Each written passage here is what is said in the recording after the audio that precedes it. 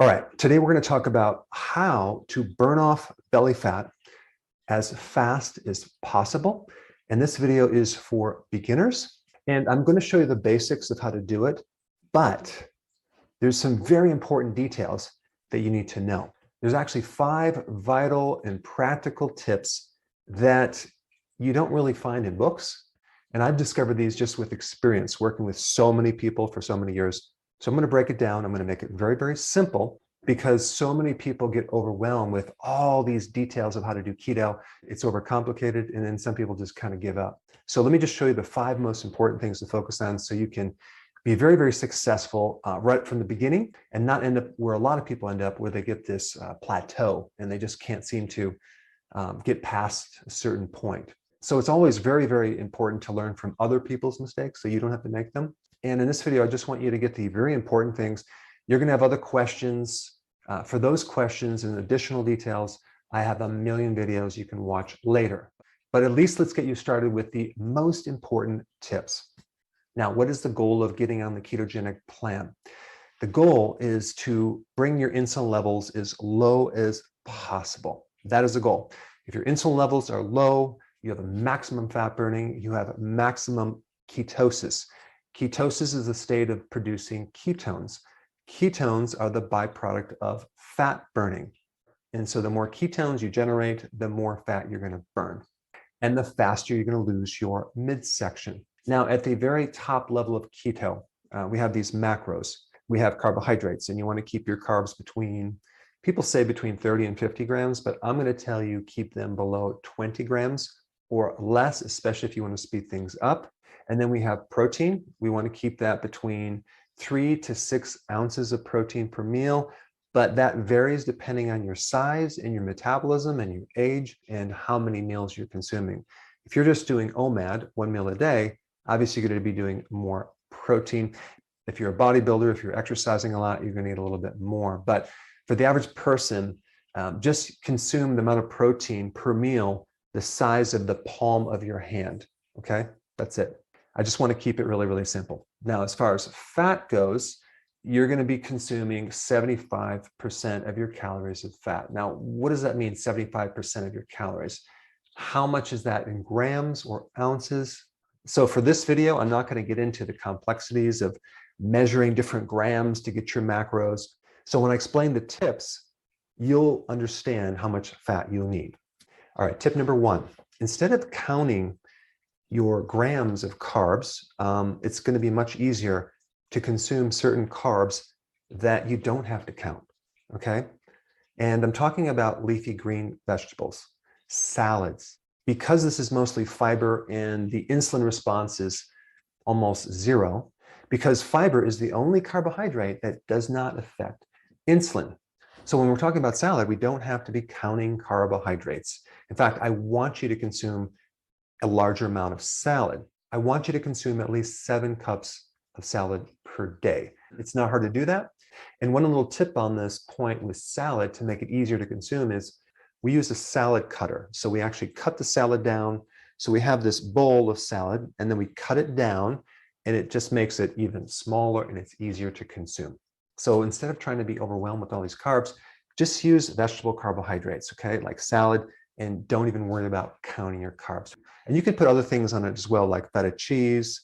Definitely put the olive oil or vinaigrette, and just make sure your salad dressing has, like, I don't know, 1 or less carbs, okay?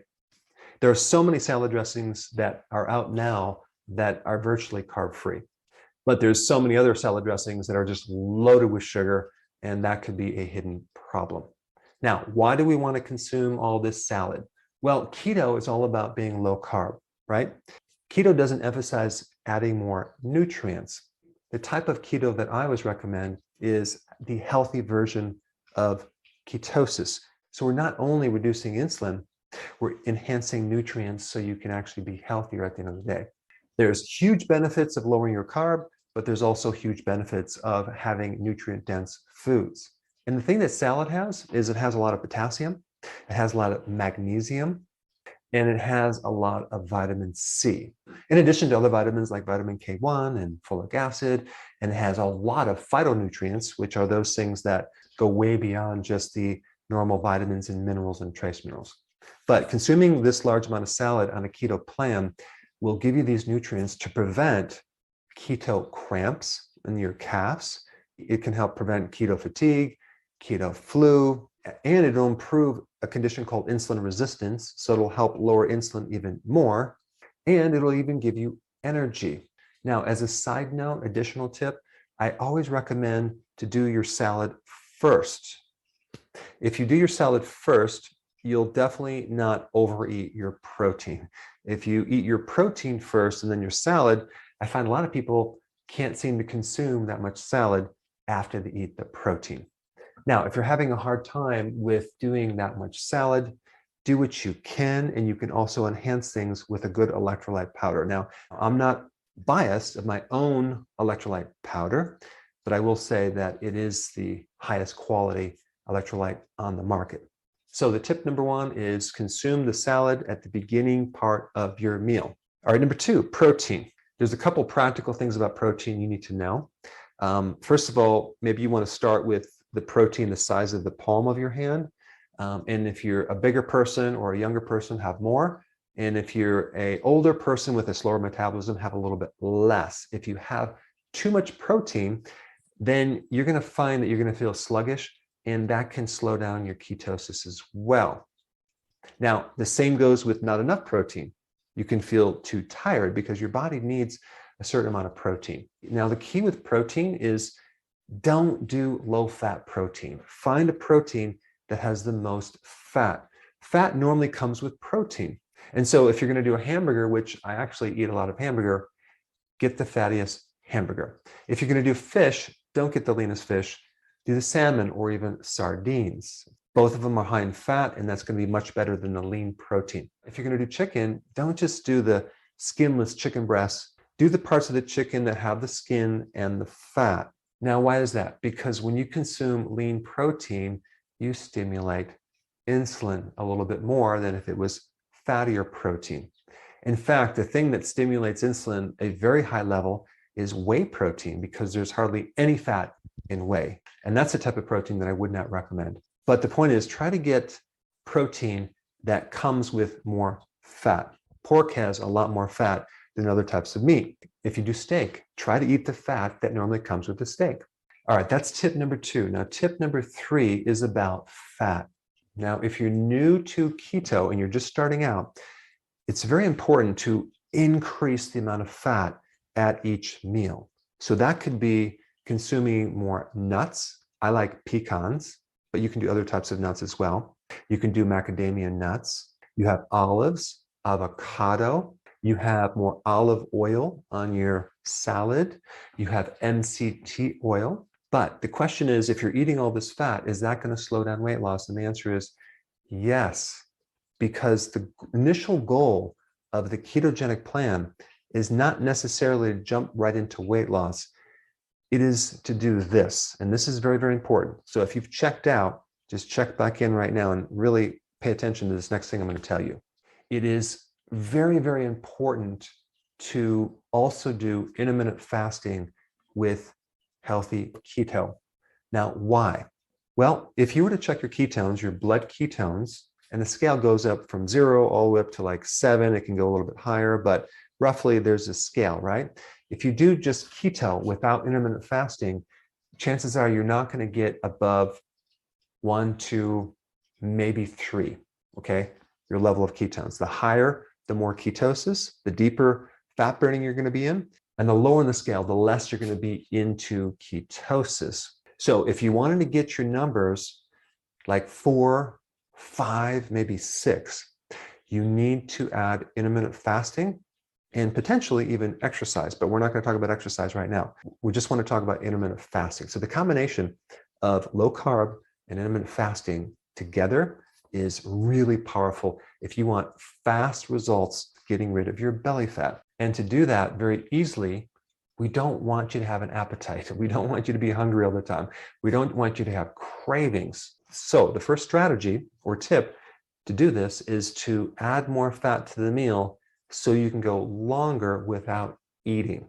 So you can start your intermittent fasting pattern. So the first goal is not to eat breakfast, okay? To go as long as possible. And then have your first meal about 12 and your second meal at 6.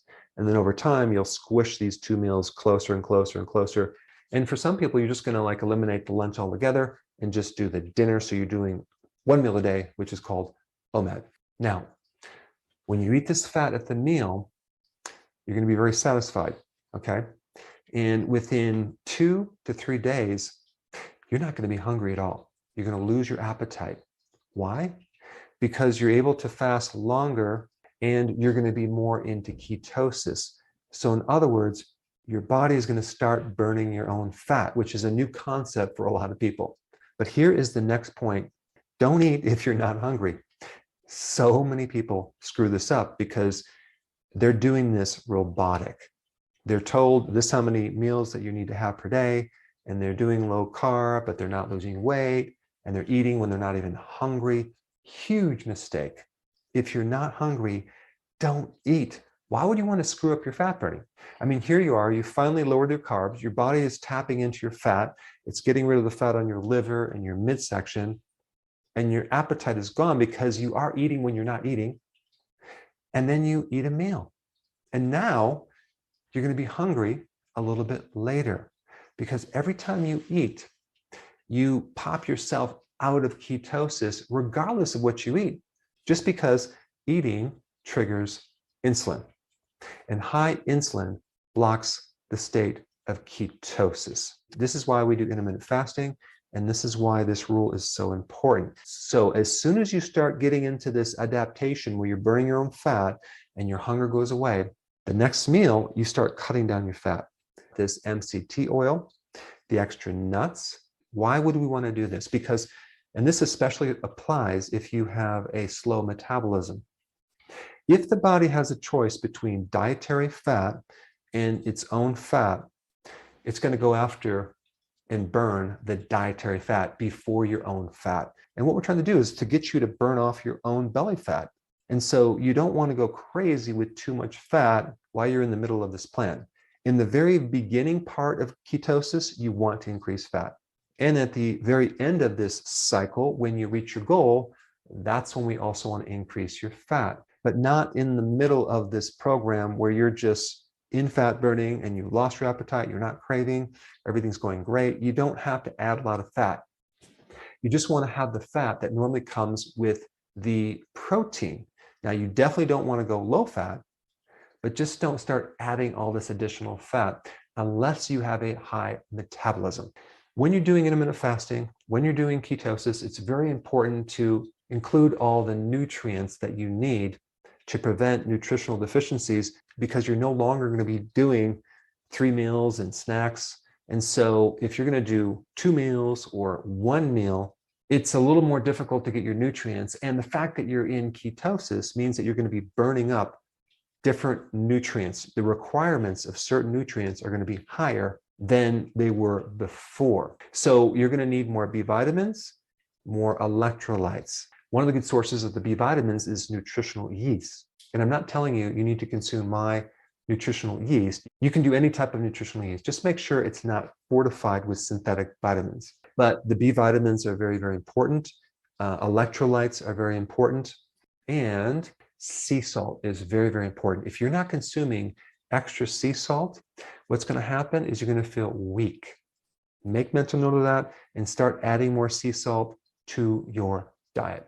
Now, if you're consuming a large salad at that meal, the need for electrolytes will not be as great because you're going to be getting potassium and magnesium and other minerals as well. All right, number 5, we want to make this a lifestyle change. We want this to be enjoyable. The fact that your cognitive function is going to improve, your energy is going to improve, your mood is going to improve, and your belly is going to shrink is all going to make you happier. You're going to feel better. But a lot of people miss all these kind of pleasure foods. And so there's a couple things that I include after a meal that you might want to also include. And one is a low carb chocolate. You can do Lily's chocolate. There's a lot of other chocolate products that you can consume that have low carb, but I tend to do a little chocolate after my first meal. Not a whole bar, I might have a half a bar, and it's actually quite pleasurable. The other thing you can do, not every meal, but maybe a few times a week, is to make some really cool keto desserts and have one of those at the end of the meal. It's very, very pleasurable, very enjoyable, and I will put a link down below of those recipes. And that way you can look forward to having some healthy version of a dessert. So at this point, if you do these basic things, these 5 things, you're going to notice some considerable results, but you're going to still have questions. And I have a lot of videos on the questions that you have, but I don't want you to get overwhelmed with all these details and lost in the woods. I want you to keep it really, really simple and just jump in without having to learn an entire book of details. In fact, I just recommend that you start right now while it's fresh in your mind. And so if questions come up, just do a search. I have a video for every single question you have. But there's 2 more things I want to mention. If something is working, don't change anything.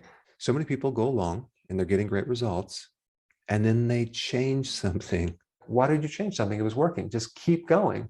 But on the flip side, if something's not working, then you need to change something.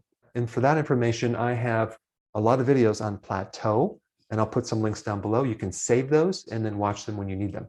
And the last point, and probably the most important point, is this concept of you don't lose weight to get healthy. You have to get healthy to lose weight. It's get healthy first, then the weight loss comes. And that's what we're trying to focus on, the healthy version of ketosis. So to get healthy and keep this really, really simple, I created a very short playlist of step 1, 2, and 3 that I want you to watch right now. Check it out, get started immediately, and send me your success story.